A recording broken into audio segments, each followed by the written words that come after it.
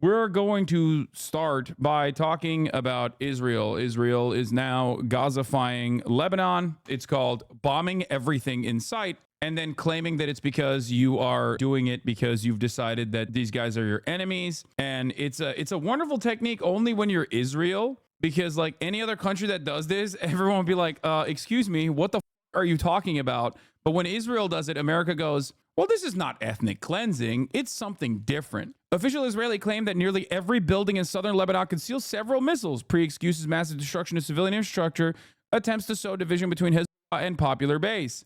Israel is now deploying the same war propaganda campaign it did in Gaza to justify their crimes. Starting with Lebanon doesn't exist. Every Lebanese is Hezbollah to schools and hospitals portrayed as military bases. Obviously, they've been doing this forbidden technique called genocide on Gaza, but now they've expanded it into Lebanon. And it's so crazy because like the technique is always the same. We have to destroy, we have to reduce entire city blocks to rubble. What can you do?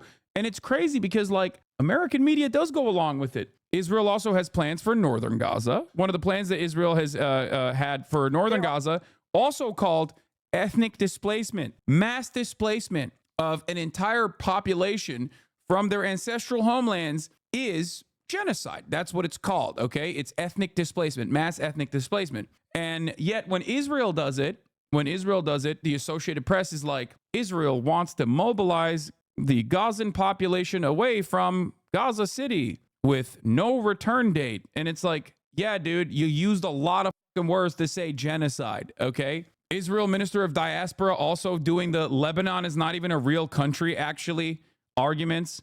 Like, this is identical. I feel like we're back in like October 10. We're doing October 10 shit again, but this time for Lebanon, which is a whole ass separate sovereign nation. It's not even a fucking nation that Israel currently is a belligerent occupier of. They also have obviously called this famously escalation through de-escalation, which is like literally fucking George Orwell shit. I know all these dummies love 1984 or claim that they've read 1984.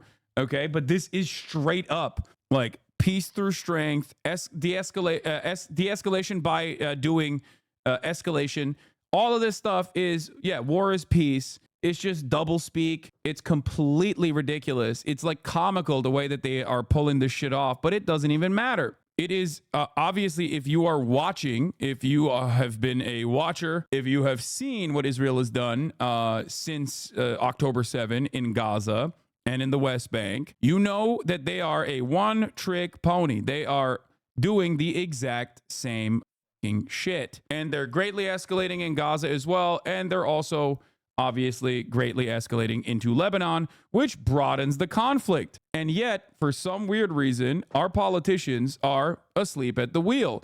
And they're not necessarily asleep at the wheel. They just are, they're not oblivious. They know what the fuck Israel's doing. And they're basically giving Israel assurances by, allowing them to continue doing this without like offering them, without taking away any of their weapons contracts, basically. That's literally what's going on. America is totally complicit in this. And I think the media also plays a role in the whitewashing of Israel's genocide here. Jeremy Scales says, media should stop saying Israel is telling people in southern Lebanon to evacuate. Israel is engaged in psychological warfare against civilians as a part of his broader military attacks. There is an expulsion order under threat. It is the same tactic used in Gaza. More active, even they are sending more U.S. troops there. Yeah, the U.S. is sending an unspecified number of more soldiers on top of the 40,000 already in the region. Great stuff overall. It's not even complicity. They are allies. They are partners in this. Our government is literally allowing Israel to do this and giving Israel all the support it needs to do this, and also saying we will defend you if there are any foreseeable consequences off of this. And there will be consequences for this. Obviously, you cannot just keep blowing people up and expect them not to retaliate. There are growing fears of an all-out war in the Middle East. The death toll is climbing in Lebanon as Israel and Hezbollah exchange attacks across Israel's northern border. The Israeli military claims to have hit more than 300 Hezbollah targets. Officials say the group has hidden weapons in residential buildings. Lebanese health officials say upwards of 270 people were killed. Yeah. And more than Israeli officials say they're hiding weapons in buildings. Lebanese officials say a lot of civilians died. 1,000 injured in the strikes. It marks the single deadliest day of fighting in nearly 20 years. Kamala supports this. Fuck yeah, she does. Everybody supports this. This is American foreign policy, baby. There's much harder to find It's much harder to find someone who doesn't support this, okay? These areas are condensed with civilian population, and exactly that's what happened today in the morning. Good evening from Lebanon. I'm still alive. We moved from the south up to Beirut. They even bombed the main road that connects the south with Beirut. Stay safe, chatters. Airstrikes that happened in the south, you know, the deadliest since this war started, that it targeted towns and cities and villages where it's condensed with civilians. Women and children were killed, and thousands of people are on the flee again. Some of them have fled for the third time since this war started and have nowhere to go. You know, there are people who are fleeing to other cities, and some are arriving in Beirut. This whole country is now on alert and on emergency, fearing for more escalation to come. Do you think we'll see Israeli boots on Lebanese soil, or will it not come to that? No, it will, I think. I think it will come to that. These kinds of bombing campaigns are conducted. It's not tit for tat.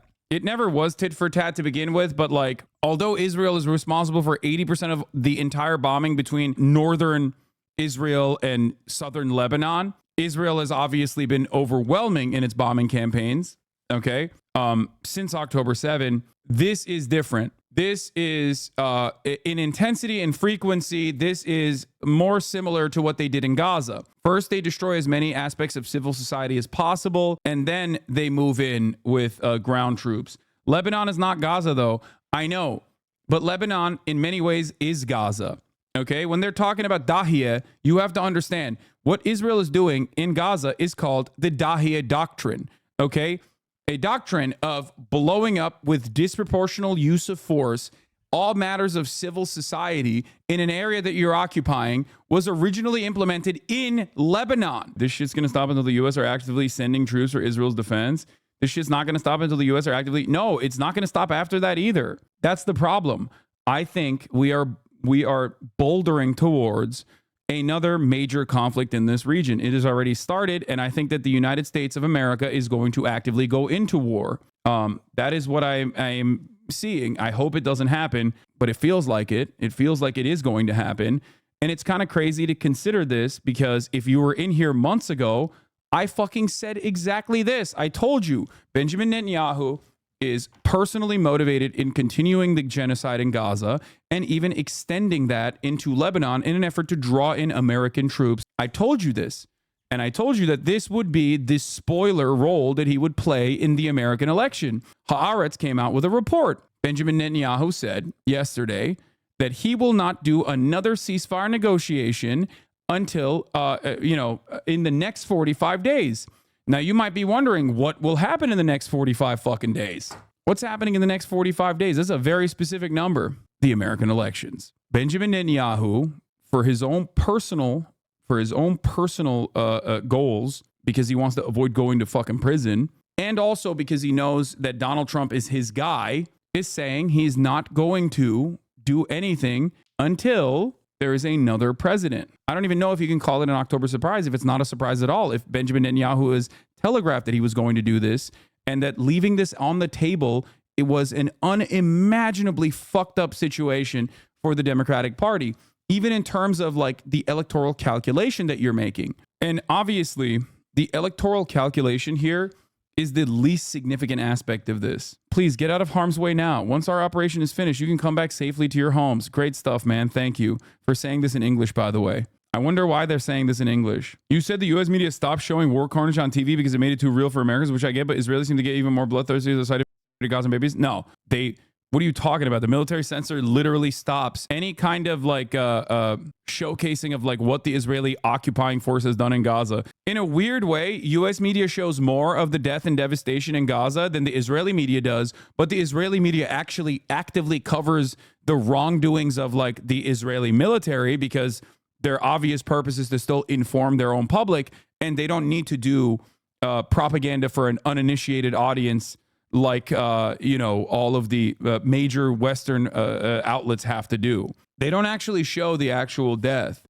Israeli chatters will confirm this.